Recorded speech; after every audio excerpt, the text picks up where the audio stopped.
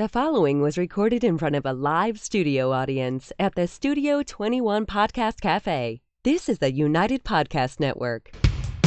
If you're building or buying or selling a home, the Real Estate Crew's got news for you at the Real Estate House Party. With attorney Rick Carter, Real Estate House Party. paralegal Kathy Holtshouser, Real Estate House Party.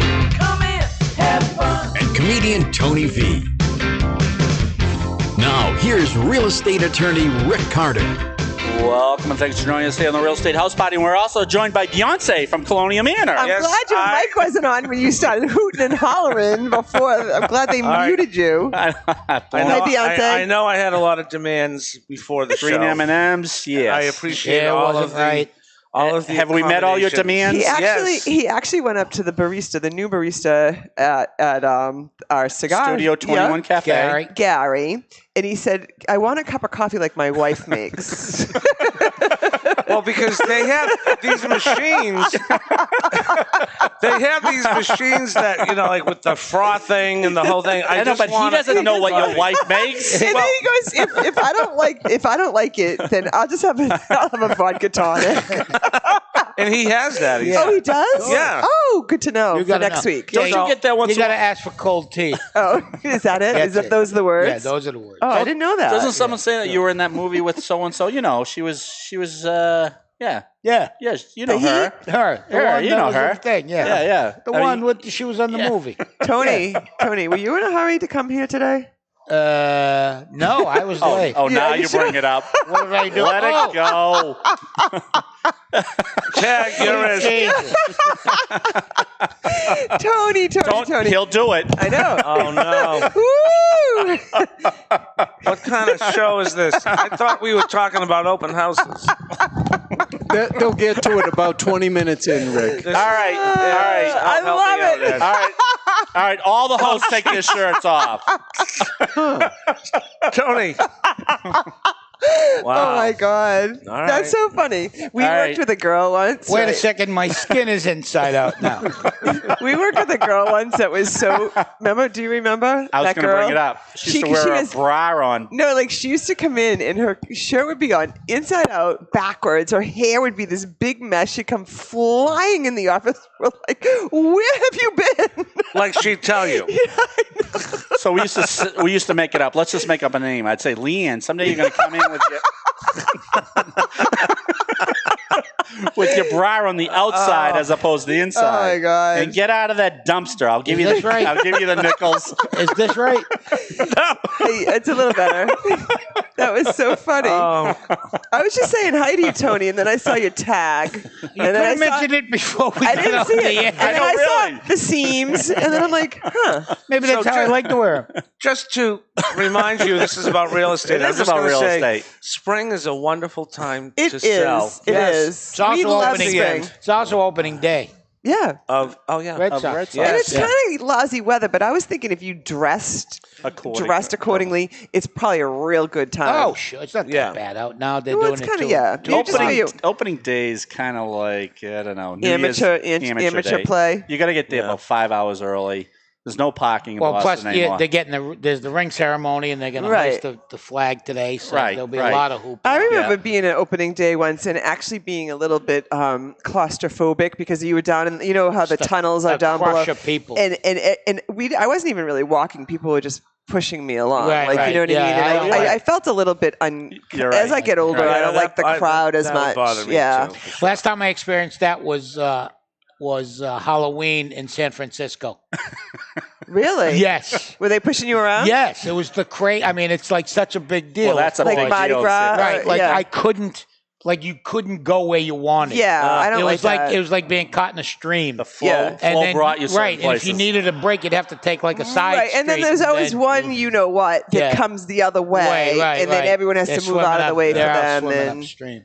which that's probably what's going to happen at the marathon. My son Matthew Francis is running the marathon on Monday, so we're giving him a shout out. Wow, Today that's isn't awesome. all about Matthew, though. It is. Oh, it isn't. Today is also about Emily Holtshouser. Emily Catherine Holtshouser is 23 today.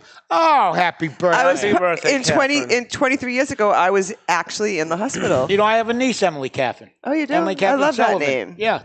very pretty. Yeah. Very nice. Did her mother take 4 months off to deliver her?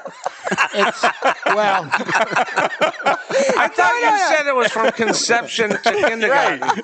She had an elephant gestation period. She was out for 14 months. Rick goes, no. And as a result, she has a beautiful, thriving 23-year-old. Right. Thanks to you, Rick. I wasn't sure what the protocol was. He's like, I'm not really sure what the protocol is because we were kind of trailblazing. Like 30-year-olds. Yeah. And I said, I think it's like 4 months paid.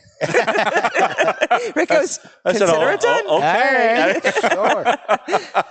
Until the third one came in saying they were pregnant at one point. Is there a residual every birthday? Absolutely. Yeah. She takes less and less. Yes. Listen, exactly. I work really hard. You do work very hard. No one's ever denied that.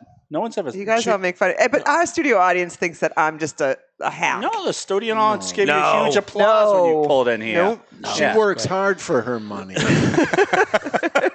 Should be a song. Yeah. What else we got? We got Rick Nazzaro had fun at the Celtics game the other night. We had fun. Yes, thanks. How do you put up with him? Rick Carter and Associates. Not easy, is it? No, but it's a trip. We get from, I don't know how he does it. He picks me up, and my son, he has his son. Quiet in little like Ryan. 4 minutes, we're in the seats. We're talking about a purchase and sale, real estate. He knows every shortcut. Oh, I know. Follow me. Where to park. Yes. What door to go in. My son thinks we could be arrested at any minute. Yeah, same. Yeah. But literally, in 5 minutes from Reading to my seat, We're there. Yeah. done. Yeah. We get home before people get through the turnstiles. Again, I don't know how he does it. Everybody gets up at the same time. There are probably people still leaving from the other night. We're watching the post-game show. We're home in 10 minutes. And he knows every back road. So I have him drive my kids into Logan at any given time. I was the original 5 Uber minutes driver. before the flight. Yeah. And Rick's like, I'll take him in. And I think, because if it's backed up on 93, he gets off and he knows every back road. And he'll get them. You must be like that a little bit. And I can get in. Yeah, I can get in. Oh, so we'll call you next time for the Logan run. Sure. Okay. Rick, how about the train? Next Thursday, my wife and we're going to New York City on a taking I can't help you with that. The Acela? Taking the Acela? The one ride I need, he has no clue. Always there in a pinch. The Acela, yeah. You know what other number I have on speed dial. I don't want to say initials. Just teasing. I can get you the train. I thought you wanted me to drive the train or something. No, drive me to the train. Oh, I could do that. Oh, all right. That's an easy one. Oh, I thought you wanted him to drive you to New York. Better than the What would train. that take, 20 minutes? Right, yeah. He could do that, actually. We could do it. Just jump in the back. Yes. Too much driving my time. Stop at the lakeside and get some blueberry pancakes. Yeah. Now you're talking. Off the Merritt. Now you're talking. Off the Merritt Parkway. The Parkway. Parkway. All right. Yeah. Did you have someone who going over the George Washington Bridge twice? Artie January. With the same direction? We heard that story, yeah. Artie January. How's that even He possible? didn't. He didn't reverse the directions that you gave him. Not very well. Yeah, if yeah. He did. Yeah. Yeah, no, he called me on the. I gave him turn-by-turn directions. Yeah. Literally wrote them out. And then he was coming home from the Borgata, which is in South Jersey.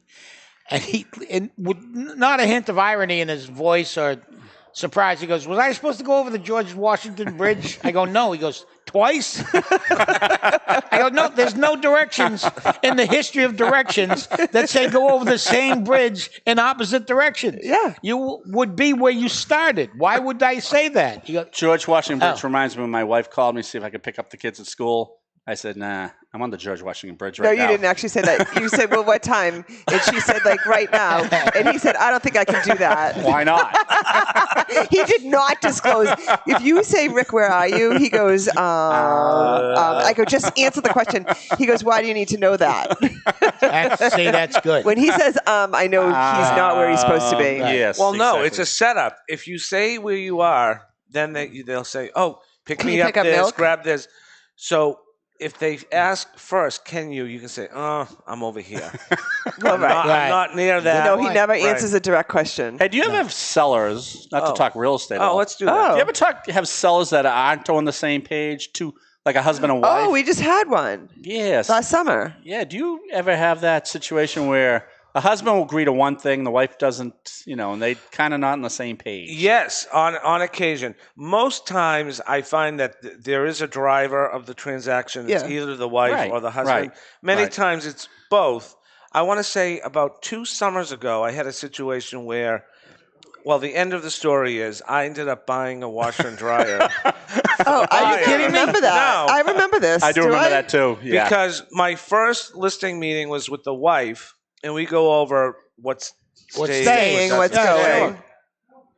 And I had it in the listing that the washer dryer stays based on her conversation. Right. Then I also have my clients review the listing to sign off on. Well, they don't really sign off, but they say, agree to looks good. It's an agreement. They see it in multiple listing. They're sending it to their friends. Everybody sees it. Buyer does the walkthrough. The washer dryer are gone. I call the seller. The washer dryer should be and I think it was even in the purchase and sale. Put them back. But they were insisting, and of course the wife had no clue that we had this conversation. Oh, yeah. But it's in the purchase and sale agreement. It's in all the agreements. Right, but Rick, we told you they weren't staying. You should have picked up on this stuff. So there comes a point where you just say, what? We would have sold those to the buyer for $1,500. So I gave the money to the you were good about it. Buyer, and they bought. Yeah. Cut your losses. Yeah, right? there's a point where you're just not going to win. And the last thing they'll remember about the entire pleasant transaction is that Rick gave away our. Well, the point is that's an important one because if you're selling a house and buying a house, you're either bringing your washer and dryer with you, but you're going to leave it if it's in your new house. This particular situation, the seller was moving from Massachusetts to Texas. Oh, they don't have washers, dryers. Well, no. But she had said. No. But she had said to me, Tony, we're going to leave them. I remember, we just had. We're not taking them. It would cost me more to move them there than to just get new ones. So the wife was doing it as a negotiating ploy, or what? No, in the beginning. But then the husband said, "We're not leaving them." Right. And then she played. Oh, I never said they were. Oh yeah, right. Yeah, because down there they use a washboard and a tub down in Texas. There's usually a 3-piece band in the back. And then they dry it on the hanger on the clothesline, and then they beat their rugs with a stick. The clothesline that's on the porch, on the backyard, on the piazza. Yeah, yeah. But I notice what you do, Rick, which is a great thing. Rick will prepare. I know. Don't be shocked, studio audience. Everyone, sit down. He does sit do down a great and relax. thing. Well, I think it's like you're covering everybody's butt. Right. I always ask. When you prepare an initial purchase and sale, you always send it to the seller. Right. And say, please review this and let me know if it's accurate. Right. So that then you follow up with a phone call and you actually go through it. Right, but when they write back to you and say good. It looks good, that we're all set. When we get to the point where they say, you can't, my washer and dryer, Rick can then say, remember I had you look at it? Right. So it saves me. Yes. I do it. He saves I do it every time. Looks good is not a legal term, is it? Yeah, but you know what? When you put it in writing in the email, looks good. It becomes legal, right? And it's generally if you sign off on it. No, if you write it. If you write it. If you wrote to me and I wrote back to you and agreed to a whatever. Right. It's in writing. I see. Yeah. So if we have an email exchange. The fact that I got your email and sent it back with an answer saying, okay, looks good or whatever, that's binding. Big lawsuit a year or two ago in Massachusetts where the seller attorneys agreed on the deal. And the attorney wrote to the other attorney, says, we're all set. The seller will agree to your terms. Later on that day, the seller gets another better offer, comes along. And the seller says, I'm going to take that better offer. And the attorney said, no, we already agreed to this. He goes, I've never signed anything. And he thought he could get away with it. They actually went to court over that. Really? And the judge says, no. Your attorney, who's your agent, said you agreed to that. So you can't now back up. We have an email saying that. You know who else got nabbed on that? I think Taylor Swift Management Company got bagged on that about a year ago. She was trying to buy a bunch of houses and her agent said to one broker, said, "You're going to be our agent of choice," and then that she allegedly backed out, and they held her to that too, just because it was the email. Right. Yeah. Well, and text messages too, right? Text messages now. They count as well. They count as well. Particularly though between attorney and attorney. Correct. Right? Yeah. So quite often, if time isn't available, say for me to get an extension signed, I'll say, Rick, we need 3 more days for purchase and sale. He can simply call or write the other attorney. Email. And we don't even need to involve the parties, so long as the attorneys agree. Right. You speak on behalf of the client. Right, exactly. So I actually put it in right in my What if you don't hear from the other attorney? So say you had to have the purchase and sale agreement or the financing done by 5 o'clock on Friday, and you send it at 3 o'clock, we would like to extend out the financing of this purchase and sale agreement. You're okay. You're right. As long as you have it in writing on we told them, right. But he didn't respond to you. Correct. So it doesn't matter? What if he was gone for the weekend? Right. So if he's gone, we've given them notice that they didn't get their financing in on time. So as long as we get So not reading it is not a justification. Right. Because we'd all do that. I never read that. What are you talking about? I don't read anything. But the emails, the way the emails are set up, like Microsoft or whatever email you have, you can see that it was read. Exactly. But you're right. And every email I do send that out just so. Because in the beginning, I mean, I would think to myself, Rick's the attorney. Why is he asking the seller who's clueless? Right. Because I think many times the seller expects you to say, "Here's the P&S. Right. This is fine for you to sign," and that's the end of it. Which I But don't you like. want their feedback. Exactly. Right. So that they're signing an accurate document. Correct. And I'll tell them, I'll do all the legalese. But you got to tell me if the purchase price makes sense, the if commissions, there's inclusions, what's included. Yeah, fill in the blanks. Right. You don't know any of that stuff. Right. Is it a shared driveway or? Right. I go over all that with him. Kathy gets sick of that. If I'm the listing agent, I try to give him as much of that as possible. But that's the chance for the seller to say, "Oh, my curtain rods don't stay. Rick forgot to." Right.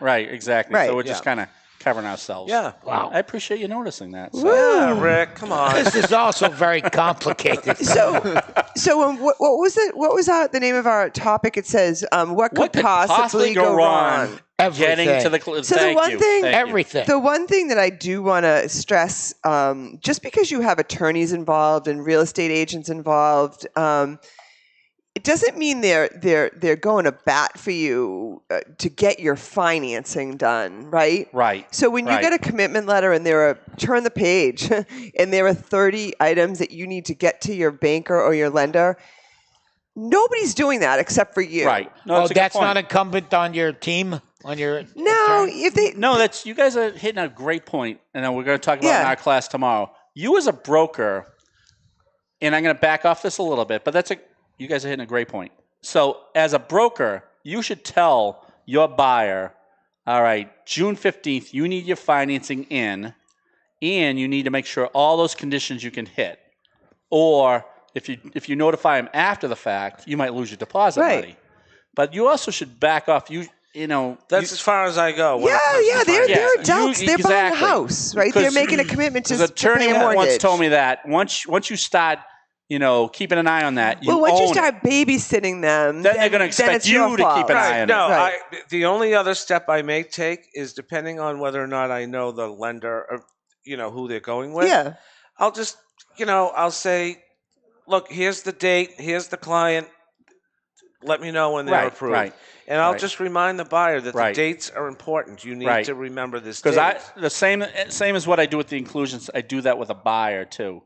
And I'm not sure, and I'm not, I'm just doing it to cover everyone. But I'll write to them, don't forget, your financing is due June 15th. Right. You need to, and sometimes I have the lenders get all upset. Why don't you just call me? I go, no. That's on the buyer. That's not our job. We'd love to help them out. And we do. But the buyer should be proactive on that. But the thing is, so I have buyers calling me that want to close Friday, okay?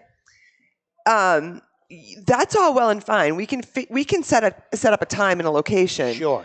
But it's tentative based on us hearing from your lender that they're cleared to close. We must be hitting a nerve because the phone, I got about 32 messages. So That's probably for me taking my shirt off. It probably is. Yeah. They were wondering why the other hosts weren't doing the same thing. People going blind. But the point is the buyer thinks, I have my closing's at 10 o'clock on Friday, and they kind of sit back. And I will say to them, I do not have a clear to close from your lender. So if I were you, I would call your lender and see if they have everything they need. Like, what are they waiting for? Yeah. Another good point that exactly. We think buyers and sellers should be more proactive than they. Right. Sometimes the seller sits back and thinks that everything's being done. They give it over to you. Right. And this is my team. Right. And they're going to take care of it. And now you're calling me looking for this information? Like your social security number? How am I supposed to know? Why would I know that? You tell me, Mr. Seller. Why would I know that? But this is why it is important. Like many of my buyers, they come in with pre-approvals from various lenders, or they'll have an attorney that their aunt Susie said, he did my divorce. He's a great attorney. Right. Well, he has nothing to do with real estate. Right. The best transactions are the ones that the buyers say to me, who do I use for this and this? Because there are certain groups, Rick, a couple lenders that I work with a lot. When we are involved, because I know that we're all as concerned at the same level for our client. And when you call, we pick up the phone. When I call you, you pick up the phone. When I know you're working with a lender, that's why I have that lender. Right. My job is I'm a realtor. You're the lender. It's like it comes off of me. It's onto you. Yeah. Then when he's done, it goes to you. Right. We all do the job, and it gets really done. Goes over this way. It's when you have that one player that you've. I noticed I was not involved in any of those transactions. How did I get cut out? You want to do our seminar tomorrow? Sure. We have a seminar tomorrow, 12 to 2. Yeah, no. I was just going to give you I was just going to go like this. Moose. I know. We go because we have to. You have to, of course. You Tony, need to be certified. can you believe it? They make us still get education. I mean, I sold Moses his house, for God's sake.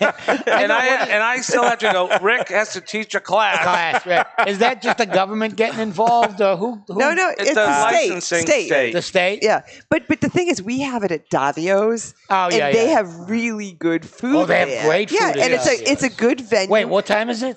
12 Come on, come for lunch, and then you can sneak out. Let me see what I'm doing tomorrow. Is it 11 to 2? Really, no, you should come at 11:30, right? Right. For When's lunch. the food? Yeah. Yeah. I didn't know if it was. I had to check my. Yeah. So my sister-in-law is a broker, and she says, "You're having a class tomorrow? Thank God, because I need the classes and I need a free lunch." She said that? Yeah. Was she invited? She was invited. What are we having? What are we having for lunch? We're gonna have. Typically, it's roll-ups, really yummy roll-ups. Yeah, they're very good there. Salad, and they have really. They know what they do. They have Come good at 11:30. cookies. Yeah. You can leave at 12. Yeah. Well, 12:30. You got to do a little half hours Well, talking. Yeah, sure. Yeah. Tony, what do you they think take Tony it would be very like? seriously. Excuse me.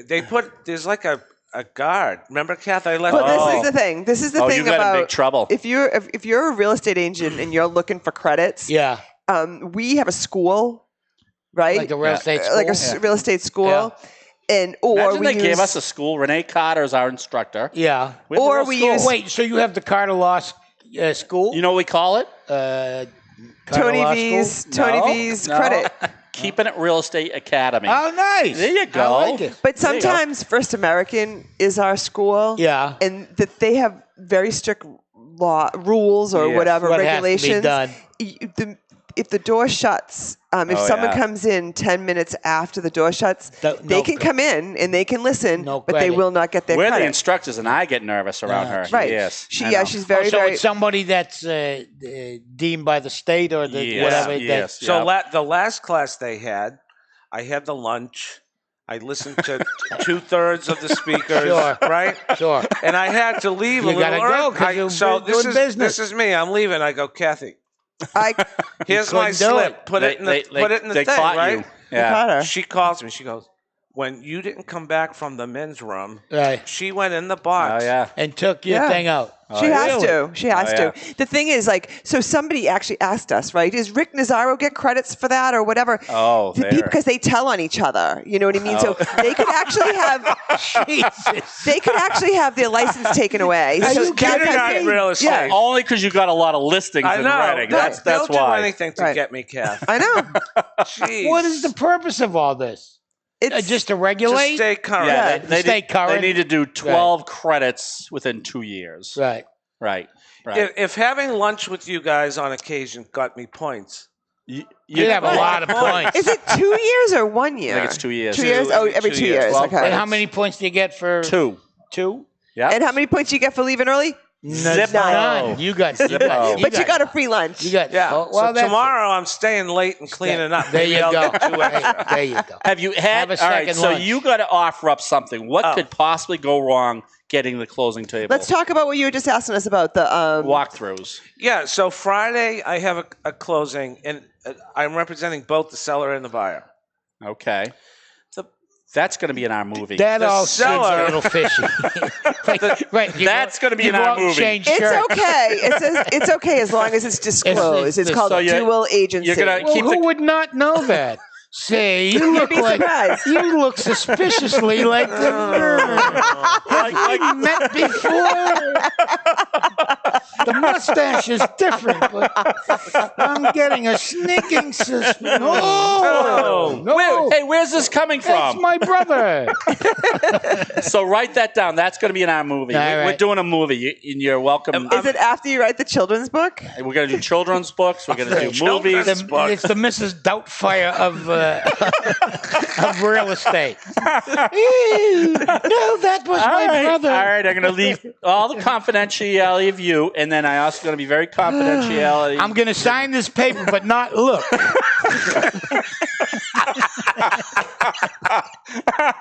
Did you sign it? Did you sign it already? Yes, I did.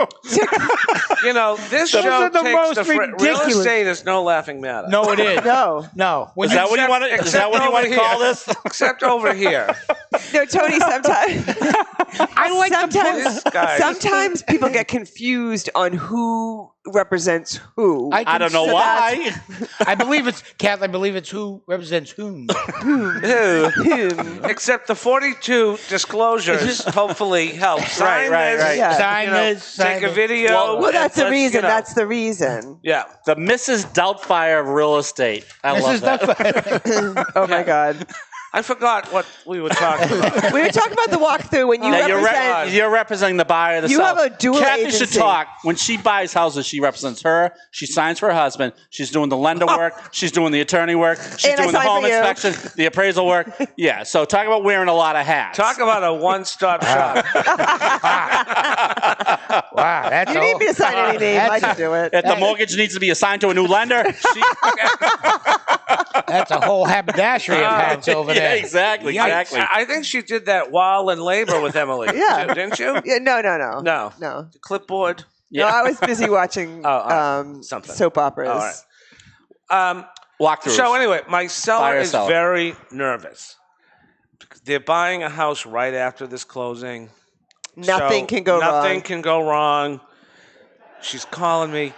I moved the rugs. There's a stain on the floor, but it was there when we bought the house. It's not a stain we did. What if they come for the walkthrough and they hate that? You want my answer? Well, Rick Carter will have an answer. I know the answer, but share with I'll tell you, public. the listing agent and the selling agent should work it out among themselves. And I do. and they should pay to have it fixed. Listen. And leave the washer and dryer where you promised us, too. No, That's right. give them the real answer. All right, here's the real answer. Yeah. So it's supposed to be in the same condition as it was when they signed the purchase and sale, Right. notwithstanding reasonable wear and tear. So if that hole was there when they signed the stain. No, this is a stain. Oh, Yes. same thing. Yes. So if that stain was there at the purchase and sale stage, But what if it's under a rug? It doesn't matter. If you want to see what the carpets look like, you have the right to pull up the rugs. But if you don't, it's this is a not caveat emptor state. Yes. Because they You did, know they that. did Yes. have a home inspection, and Seize the day. we did not limit. access to anything. Well, listen, when you take paintings off the walls, were they fraudulently hiding it? Or? No. It's just their decor. It's a rug. They were hiding it. I know the answer. So maybe she can sell the rug to them. This side of the room seems to be yelling at the side of the room. Wait, I got to think as long as it's not a blood stain. Right. Just go about your business. A fresh blood stain. Yeah. Something you're going to be traipsing through the rest of the house. But sometimes... Now let's qualify that. Okay. If they had said in the purchase sale, is there any stains on under the rug? And the seller says no. In the dining room over to the left. Well, let me further with a complicate candlestick from Mrs. Buster. Rick, what if the sellers filled out a seller's disclosure? The seller... So you can't. Colonel Mustard. Wait, the seller's disclosure, there is a section that says, talks about walls and the inferior. Yep. Under flooring, it says... Any problems, i.e., buckling? Yep. Should they have said stain? No. It's not a problem. It's right. I mean, that's something that could be. What kind of stain is it? How big is it? I don't know really. I haven't seen it. Right. Yeah. But she's worrying uselessly. It'll work out. I mean, because when you're not buying a brand new house, okay? No, you're buying a house that's 25, 30, 40, 60 years old. It comes with things that you may have not seen because you're so excited when you're walking through the house. Correct. She just has to do the buyers. The issue we saw was with with our friend, and I shouldn't mention any names either, but Molly. Oh. Molly. So I'm just making up names. So obviously he's not. She is going to go down in infamy as the worst buyer ever. I think you mean Polly. Yeah, that's right. Molly. You even know who Molly is. Remember, she said she didn't need to bring an ID. Because, not to be sure. All right. So anyway, this fictitious person we were talking about, she brought up something like that at the walkthrough and said, there's a hole in... Oh, she brought it up after the closing, didn't she? No, it was during the walkthrough. Oh, all right. And said, well, I want to negotiate this. I said, well, is that a new hole? Or she goes, no. It was there when I did the home inspection. We negotiated then, and they said no then. I go, well, you don't have, 2 bites at the apple, Right, you can't keep going back. You can't go back. They said no. Bigger? You still went through. Right, exactly. Practice your pudding. Yeah. Lemons, lemonade. Rick, it's when you had mentioned earlier that the clients sometimes think we're there to fix everything. And we are there to fix. Are we portraying something badly? You know what? Today? I put out a lot of fires. I mean, we are very. They have to be. No, but we got to qualify that. We're very. We help everyone out. Oh, we do. But they have to be. They have to meet you halfway. Well, they have to help themselves. In other words, sometimes a seller will say, "You tell that buyer," and unless that's a legitimate issue that I could bring to, I can't just say, "Well, the seller wants me to do this." It's not right. I have to tell the seller why. We can't do it. There's an old saying. It's not that I'm refusing, but they're in the wrong. There's an old saying that says, if you give up your backbone, you can't complain about which way your back is broken. No, right. Good point. You see what I'm saying? Great one, yeah. So if you give up all your power to people who don't, they have your best interest, but who has your best interest more than yourself? So you have to do due diligence. You have your own best interest. And what is that other saying? God helps those who help themselves. Right. It's like in my business. You get a manager, an agent, and you think they take care of you. But you got to look out for yourself. You got to look out for yourself. Yeah. Yes. And that's true even with your health, with a doctor, with all of this stuff. Sure. Right. Yeah, no one's going to fix you better than you do. Correct. You know yourself. And if it's in your best interest to get all this done, then do your due diligence. Well, buyers can be a problem. I'm going to share my real estate story with you. Yeah. And I sold my house. And this is our prolific producer, Ed Sullivan. Go ahead. I sold my house. Yep. We even gave them a copy of the original plans. We had built the house. Yep. With the room labeled cigar room. Cigar room. Wow. They had already done the walkthrough. Right. In fact, we had closed. And then the real estate agent calls me and said, they have a problem. I'm going to jump in after you. I already have one issue. Go ahead. They have a problem. The room smells like cigars. They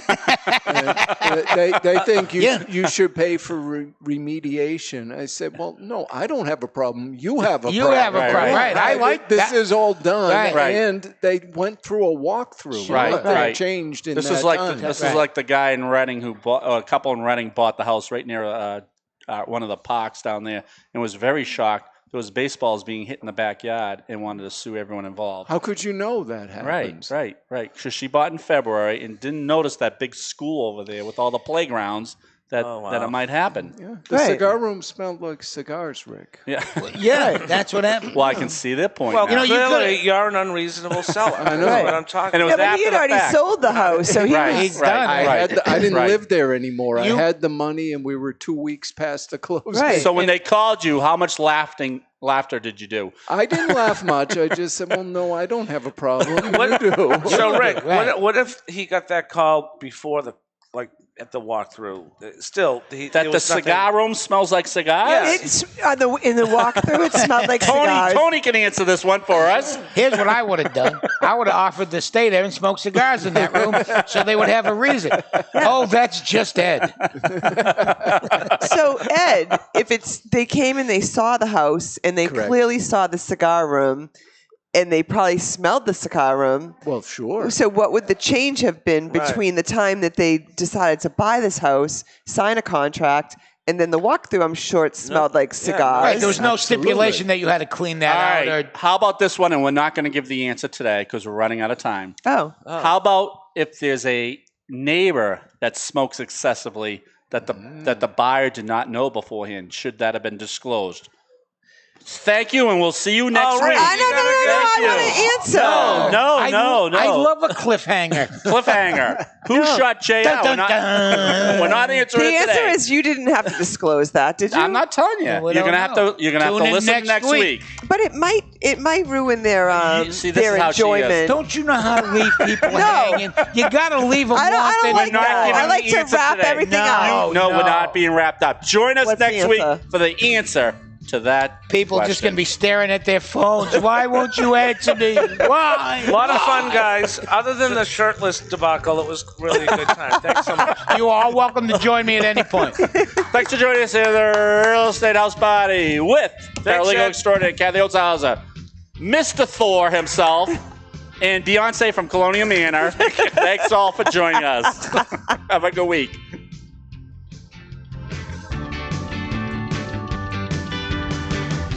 The views and opinions expressed by the hosts, guests, or callers of this program do not necessarily reflect the opinions of the Studio 21 Podcast Cafe, the United Podcast Network, its partners, or affiliates.